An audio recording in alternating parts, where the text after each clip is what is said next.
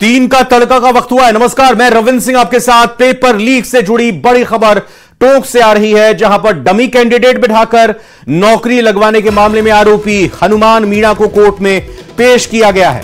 Remand पूरी होने पर सीजेएम कोर्ट में हनुमान मीणा को पेश किया गया है। डमी कैंडिडेट मामले में हनुमान मीणा मास्टरमाइंड है। तो ये इस वक्त की बड़ी डेवलपमेंट, बड़ी खबर आपको पेपर लीक से जुड़ी हुई बता रहे हैं, जिसमें टोंक में आरोपी हनुमान मीणा को कोर्ट में पेश किया गया है। आपको बता दें कि डमी कैंडिडेट बैठाकर नौकरी लगवाने से जुड़ा हुआ यह मामला है। हनुमान मीणा इस पूरे मामले में आरोपी बताया जा रहा है और फिलहाल सीजेएम कोर्ट में रिमांड पूरी होने के बाद हनुमान मीणा को पेश किया गया है।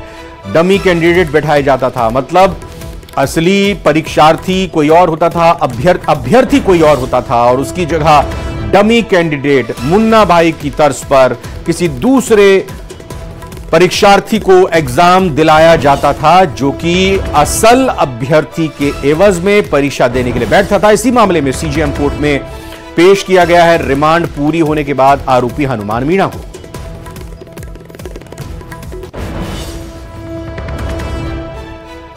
जम्मू कश्मीर के डोडा में आतंकवादियों से मुठभेड़ चल रही है और जिसमें झुंझुनू के 2 लाल शहीद हो गए हैं। टीवी स्क्रीन पर आपको 2 अलग अलग तस्वीरें हम दिखाने जा रहे हैं। ये 3 तस्वीरें आप देख सकते हैं। एक तरफ बीच में आप देख सकते हैं मुठभेड़, लगातार सर्चिंग चल रही है। हवाई मार से भी ड्रोन के जरिए आतंकियों को सर्च किया जा रहा है। वहीं 2 तस्वीर उन 2 लाल की, उन 2 जवानों की जो शहीद हुए हैं। भारत के लाल, राजस्थान की माटी के लाल जो शहीद हो गए हैं। झुंझुनू के ही दोनों रहने वाले जवान हैं। पहली तस्वीर में अजय नरूका हैं, जो आतंकियों से लोहा लेते हुए शहीद हो गए। अजय नरूका भैसावता कला के निवासी हैं।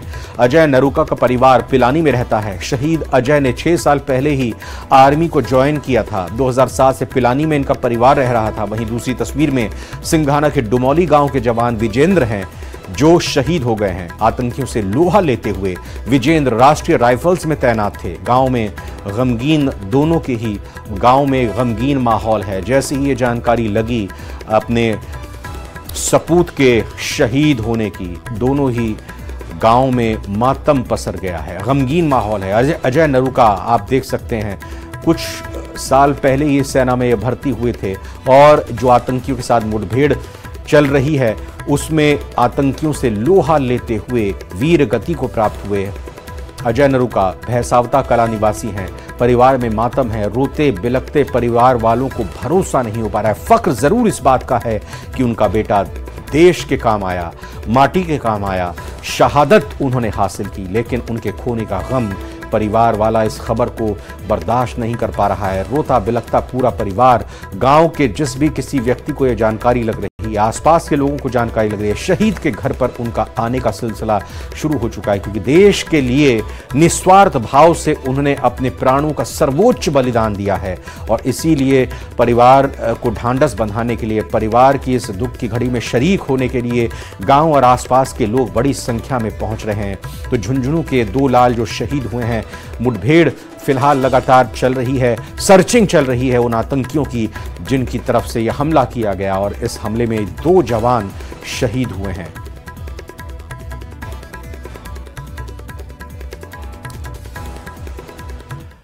इधर अजमेर के बहुचर्चित सिर तन से जुदा के मामले में आज कोर्ट ने फैसला सुनाया है। कोर्ट ने इस मामले में जुड़े हुए सभी 6 आरोपियों को बरी कर दिया। मामला काफी लंबे समय से कोर्ट में चल रहा था। कई सुनवाई के बाद आज इस पर फैसला आया है, जिसमें कोर्ट ने दरगाह के खादिम गौहर चिश्ती समेत सभी 5 आरोपियों को बाइज्जत बरी कर दिया है। यह मामला आपको बता दें 17 जून 2022 का है, जब दरगाह में भड़काऊ नारेबाजी की गई थी। अजमेर के दरगाह के बाहर सिर तन से जुदा के नारे लगाए गए थे। इसके कुछ ही दिन बाद 28 जून को उदयपुर के टेलर दर्जी कन्हैयालाल हत्याकांड को अंजाम दिया गया था। 2 हत्यारों ने मिलकर टेलर कन्हैयालाल की चाकू से गला रेत कर हत्या कर दी थी। इस हत्याकांड में हर तरफ सनसनी मचा दी।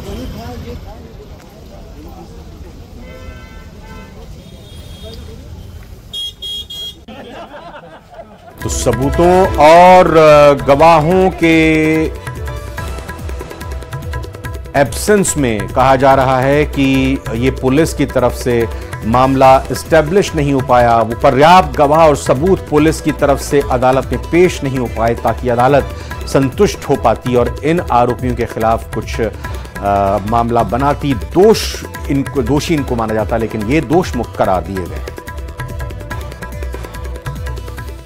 बीकानेर की बड़ी खबर आपको बताते हैं। यहां पे पुलिस की कार्यशैली से बीजेपी नेता आहत हुए हैं। 3 चोरियों पर कार्रवाई न होने से नाराज दिखाई दे रहे हैं बीजेपी कार्यकर्ता।